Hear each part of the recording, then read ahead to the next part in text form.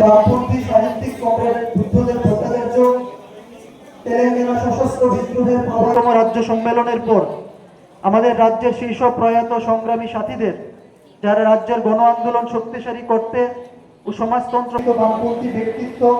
দেশের ধর্মনিরপেক্ষ গণতান্ত্রিক শক্তির অন্যতম সংগঠক, একজন দাশগুপ্ত, প্রাক্তন মন্ত্রী, বিধায়ক, কৃষক ও তফসিলি অংশের জনগণের অত্যন্ত প্রিয় নেতা কমরেড বিধুভূষণ মালাকার, নেতা কমরেড সমীর চক্রবর্তী,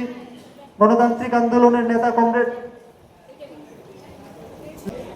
হায়দার আকবর খান রানো, বাংলাদেশ কমিউনিস্ট পার্টির প্রাক্তন সভাপতি,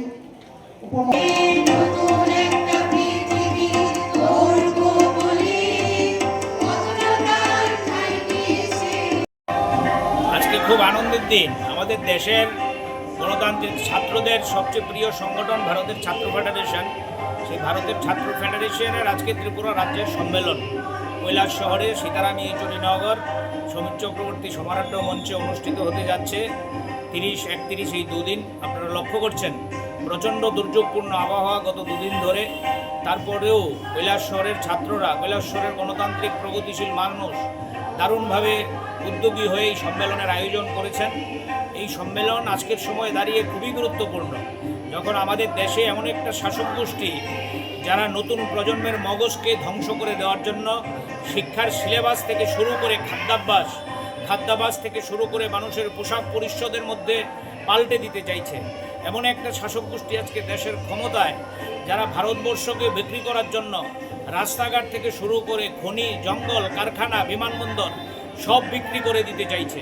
এমন একটা শাসক গোষ্ঠী আজকে দেশের শাসন ক্ষমতায়, যারা ভারতবর্ষের নতুন প্রজন্মকে ধ্বংস করে দেওয়ার জন্য ভারতবর্ষের সংবিধানের যে মুখবন্ধ, আমাদের ভারতবর্ষের মূল যে সুর, একই বৃন্তে দুটি কুশ ভিন্ন মুসলমান, কিংবা আমাদের দেশের যে মূল ভাবনা সবাই মিলে আমরা একসাথে থাকব, এটাকে আজকে ধ্বংসের সামনে এনে দাঁড় করিয়েছে। ভারতবর্ষের সংবিধানকে ধ্বংস করে দেওয়ার জন্য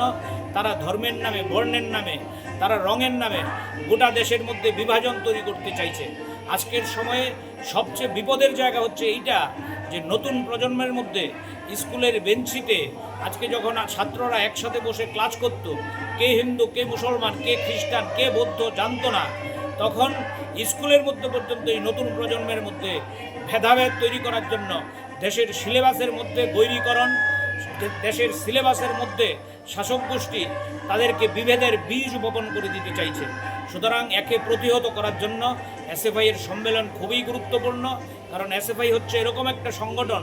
যারা ভারতবর্ষকে বিবিধের মাঝে দেখো মিলন মহান, একই বৃন্তে দুটি কুসুম, কিংবা বিবেকানন্দের ভাবনাকে, কবিরের ভাবনাকে আমাদের ভারতবর্ষের মধ্যে বপন করতে চায়। তাই ভারতের ছাত্র ফেডারেশন সম্মেলন সফল হওয়া মানে হচ্ছে ভারতবর্ষের ধর্মনিরপেক্ষতা রক্ষা হওয়া, ভারতবর্ষের ঐক্য সংগতি রক্ষা হওয়া, ভারতবর্ষের সংবিধান রক্ষা হওয়া। তাই আমরাও গণতান্ত্রিক প্রগতিশীল মানুষ হিসাবে এই সম্মেলনকে সাহায্যের জন্য হাত বাড়িয়ে দিয়েছি, এই সম্মেলনে অংশগ্রহণ করেছি। আমরা এই সম্মেলনের মঞ্চ থেকে গোটা রাজ্যের ছাত্র, যুব এবং প্রগতিশীল অংশের মানুষের কাছে আহ্বান করব,